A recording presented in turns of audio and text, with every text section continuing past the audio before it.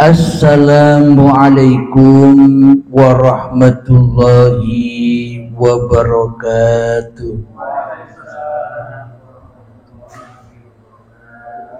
Bismillahirrahmanirrahim. Ashhadu an la ilaha illallah wa ashhadu anna Muhammadar Rasulullah. Allahumma salli ala Sayyidina Muhammad wa ala ali Sayyidina Muhammad. Rabbi israh li sadri wa yassir li amri wahlul 'uqdatam min lisani yafqahu qawli. Amin. Bismillahirrahmanirrahim. Salam hormatku, salam ta'zimku buat para sahabat-sahabatku tercinta, terkhususnya sahabat yang mengikuti pengajian rutinan Sabtu malam Ahad, dan sahabat yang ada di dalam ataupun yang ada di luar negeri. Semoga kita semua senantiasa di dalam pertolongan Allah Subhanahu wa ta'ala. Amin ya rabbal alamin. Menyaksikan wujudnya Allah lewat kewujudan diri manusia kita. Alhamdulillahirabbil alamin.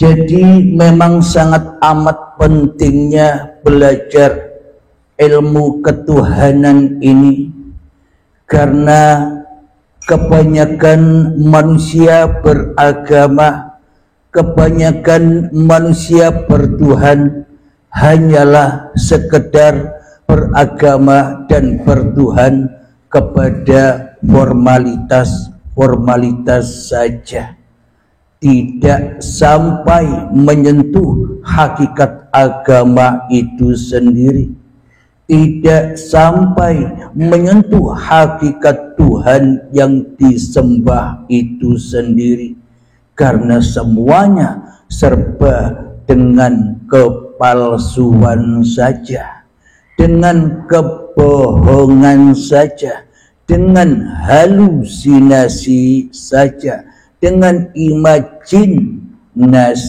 manusianya saja di dalam beragama dan di dalam bertuhan. Apapun itu nama agamanya, apapun itu nama golongan-golongannya, apapun itu nama aliran-alirannya, tidak peduli. Yang terpenting di dalam masing-masing hati kita sudah mengenal siapakah Tuhan yang sebenar-benarnya yang berhak disembah itu.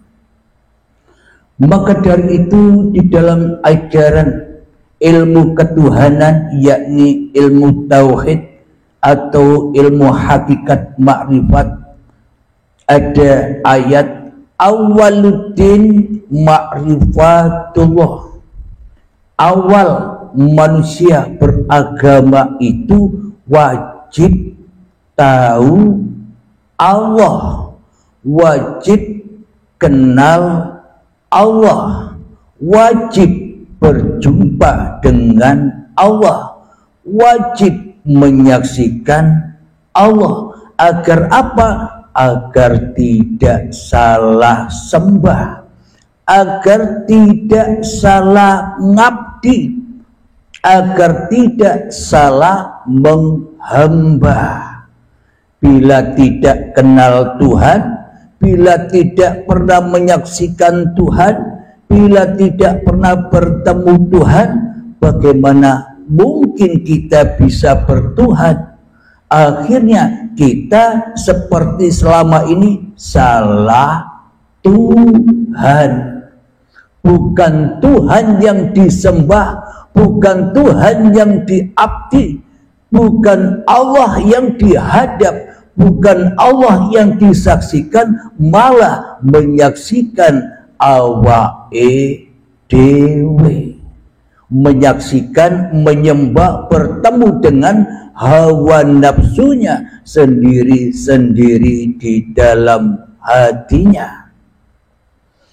Karena yang diunggul-unggulkan, karena yang dipentingkan di dalam beragama dan pertuhan kita selama ini hanya babagan luarnya saja, hanya babagan syariat saja. Hatinya, jiwanya ompong, kosong, tong kosong nyaring bunyinya. Karena apa? Karena kita selama ini beragama dan bertuhannya bukan Allah, bukan Allah Tuhan, tapi Allah atau versinya iblis dan setan saja kita beragama dan bertuhan selama ini. Jika menurut logika manusia, tentunya di dalam bertuhan itu mestinya Tuhannya itu lebih wujud daripada wujud manusianya. Logika bertuhan itu mestinya Tuhannya lebih hidup daripada hidup manusianya. Logika bertuhan itu mestinya Tuhannya lebih berkuasa atas diri manusianya daripada manusianya yang menguasai Tuhan selama ini.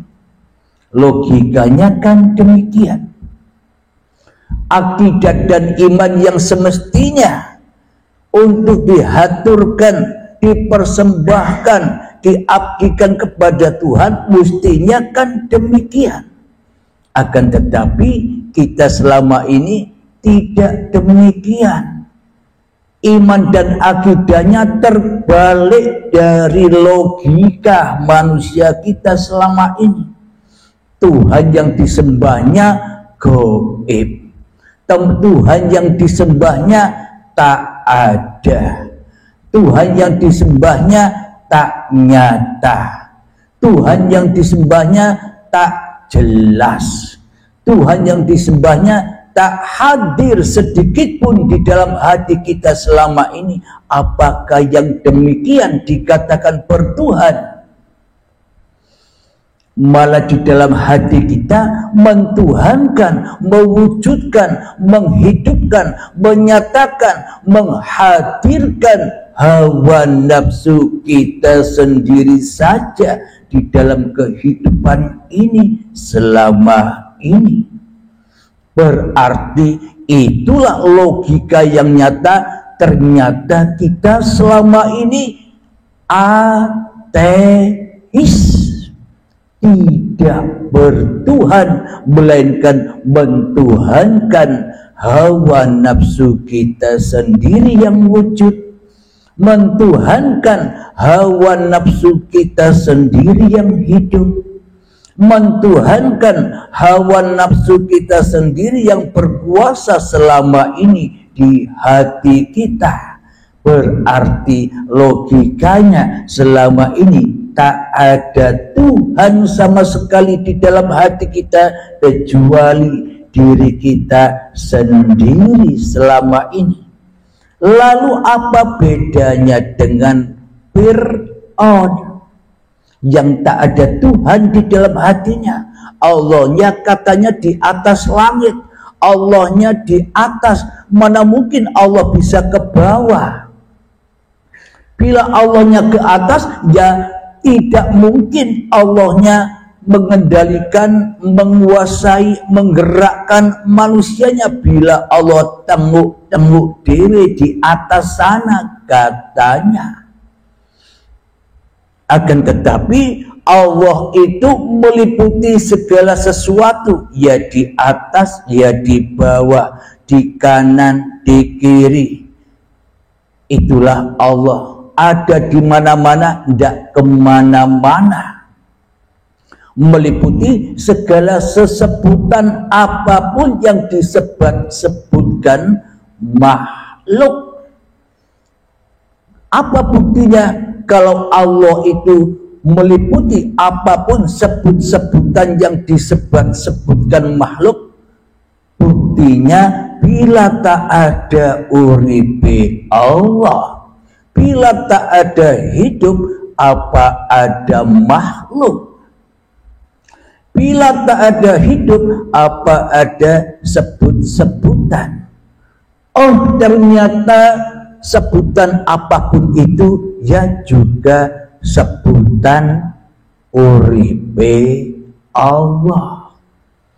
Jadi tak ada sesebutan yang disebut-sebut oleh seluruh makhluk dan seluruh manusia kecuali uripe Allah lah yang menyebutkan itu semua untuk bergelar atas setiap makhluknya. Alhamdulillahirabbil alamin. Jadi untuk membuktikan, untuk menyaksikan wujudullah, menyaksikan kenyataan wujudnya Allah lewat mana?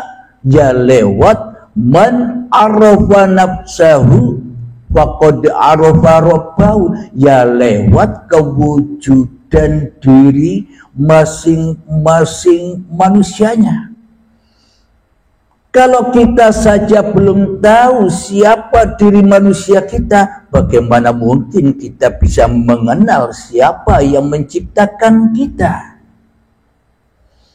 Bila kita tidak tahu kedudukan diri manusia kita, bagaimana mungkin kita tahu kedudukan Tuhan?